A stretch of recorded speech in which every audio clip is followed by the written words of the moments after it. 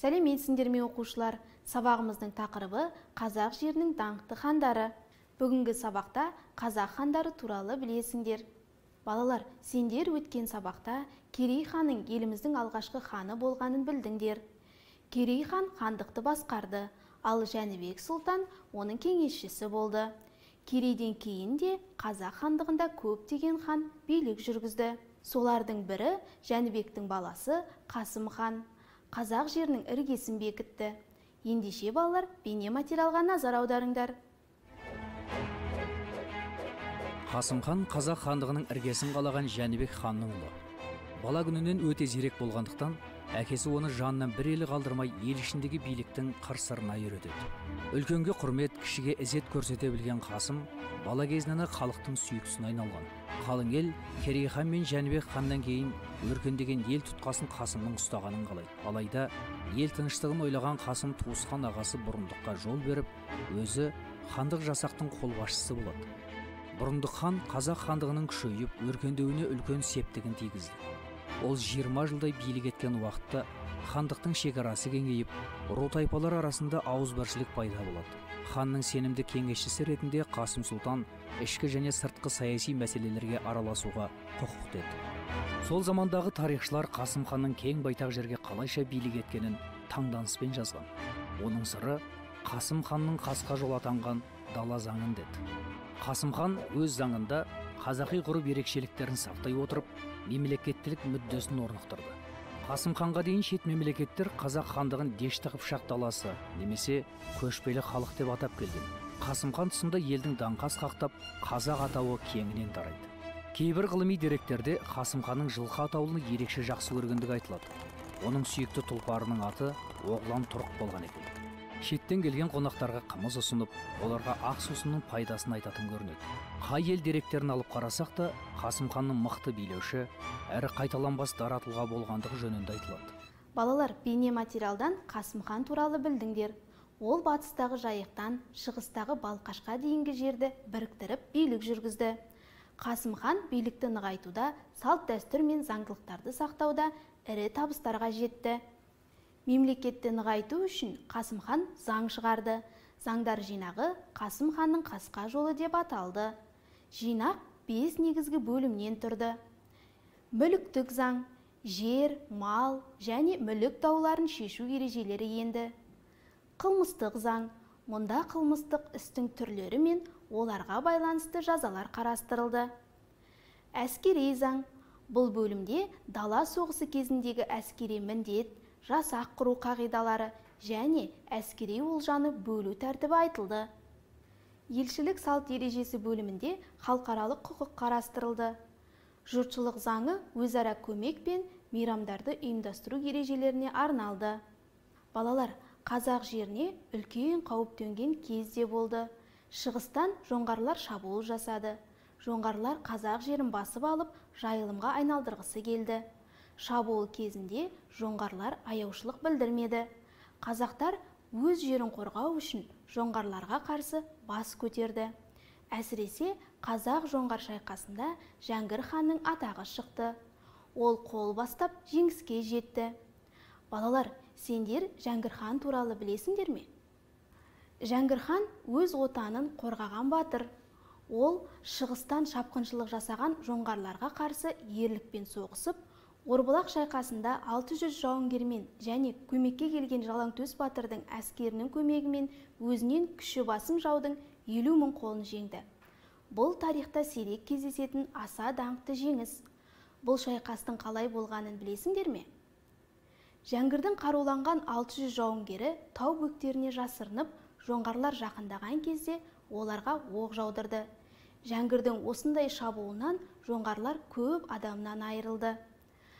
Қазақ жауынгерлеріне Самарқан билеушісі Жалаңтөс батыр 20 мың қолмен көмекке келді. Жоңғарлар шайқас алаңында 10 мың адамнан айырылып, кейінге шегінуге мәжбүр болды. Осылай Жәңгірдің әскері жеңіске жетті. Жәңгірдің баласы Тәуке хан да жоңғарларға қарсы шайқасты. Тәуке хан ол батыл жауынгер, қолбасшы болды. Тәуке ханның кезінде заңдар жинағы құрастырылды. 7 жарғы заңдар жинағын құрастыруда Төле би, Қазыбек би, Әйтеке би атсалысты. Жеті жарғы заңын қабылдағаннан кейін қазақ жерінде тыныштық пен бейбітшілік орнады. Балалар, толығырақ бейне материалдан тамашалаңдар. Тәуке ханның ең негізгі ерекшелігі жеті жарғы деп аталатын заңдар жинағын шығарып, ішкі саясатты нығайта түсуі. Ғалымдардың айтуынша, жеті жарғы мақал-мәтел, нақыл сөздер арқылы ел арасына кең тараған. Тәуке хан елдің ішкі жағдайы мен қажеттіліктерін біліп тұру үшін жыл сайын күз мезгілінде Күлтөбенің басына билер мен әр ру тайпалардың игі жақсыларын жиып, 2-3 ай бойы кеңес құрған. Қазақ хандығының саяси әрі рухани астанасы Түркістан қаласы Тәуке хан дәуірінде нағыз сауда орталығына айналды. Бұл жерде мақта өсіріліп, мата тоқылған. Мешіт, медреселер, сот мекемелері болған. Сол мекемелерде билер мен бектер қызмет еткен. Олардың заңды дұрыс орындауын қадағалап отыратын жасауылдардың болғандығы да ханның өзі қабылдаған жарғыға өте берік болғандығын айғақтайды. Ғалымдар сол кездегі құрылыс нысандары бүгінгі күнге дейін сақталған болса, әлемнің жеті кереметіне кірер еді деп топшылайды. Тәуке билік еткен заманда дана халқымыз алтын ғасыр, қой үстінде бозторғай жұмыртқалаған бейбіт заман деп баға берген. Балалар, бейне материалдан Тәуке ханның билік жүргізген кезеңін қазақ тарихындағы алтын ғасыр деп атағанын білдіңдер. Алтын ғасыр қандай болды деп ойлайсыңдар? Жеті жарғы заңы рулар арасында татулықты нығайтып, қылмысты азайтты. 300 Тәуке ханға бағынды. Билер жоңғарлармен соғыс кезінде халықты бірлікке шақырды. Қазақтың 300-і ынтымақ пен бірліктің арқасында жоңғарлармен шайқаста жеңіске жетті. Тәуке хан туралы орыс тарихшысы Алексей Левшин былай деп жазды. Ол бірнеше жылдарға созылған қантөгіс соғыстарды, өзара қырқысуларды тоқтатты. Өзінің ақылымен және әділеттілігімен басқаларды бағындыра білді. Мықтыларды тыныштандырып, әлсіздерді біріктіру арқылы күштілерге қарсы тұра алатындай жағдайға жеткізді деді. Балалар, ендеше сұрақтарға жауап беріп, бос орындарды толтырыңдар. Ең алғашқы қазақ ханы кім? Дұрыс айтасыңдар, Керей хан болды. Келесі сұрақ. Қай ханның тұсында жеті жарғы заңы қабылданды?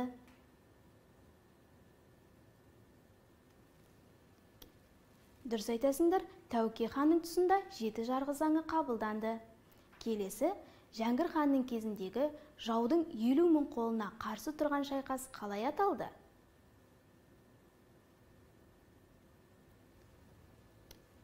Орбұлақ деп аталды. 20 мың қол жинап, Жәңгір ханға көмекке келген батыр кім?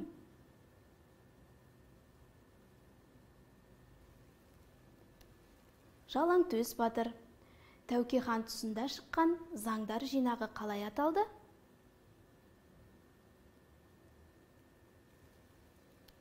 Жеті жарғы деп аталды.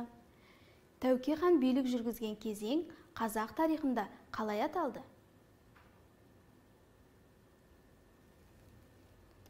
Дұрыс жауабы алтын ғасыр. Балалар, сабағымыздың соңында ұлы жүздің биі Төле бидің жетес балаға айтқан батасын жеткізгім келеді. 9 жасар жетес 90-дағы Төле биге сәлем бере барыпты. Сонда Төле би былай деген екен: бата басқа, қына тасқа, ақыл жасқа, не қалайсың балам депті. Сонда жетес: о баба, ат берсеңіз өліп қалады, тон берсеңіз тозып қалады. Ат тонға бергісіз өлмейтін, өшпейтін, өмірі естен кетпейтін бір өсиет айтсаңыз, соған ризамын депті. Онда қолыңды жай балам деп Төле би: бір үйдің баласы болма, көп үйдің санасы бол. Бір елдің атасы болма, бар елдің данасы бол. Бір тонның жағасы болма, көп қолдың ағасы бол. Өзіңе өзің кәміл бол, халқыңа әділ бол. Жауыңа қатал бол, досыңа адал бол деп бата беріпті. Балалар, сабағымызды қорытындылайық. Бүгінгі сабақта қазақ хандары туралы білдіңдер. Осымен сабағымыз аяқталды. Сау болыңдар.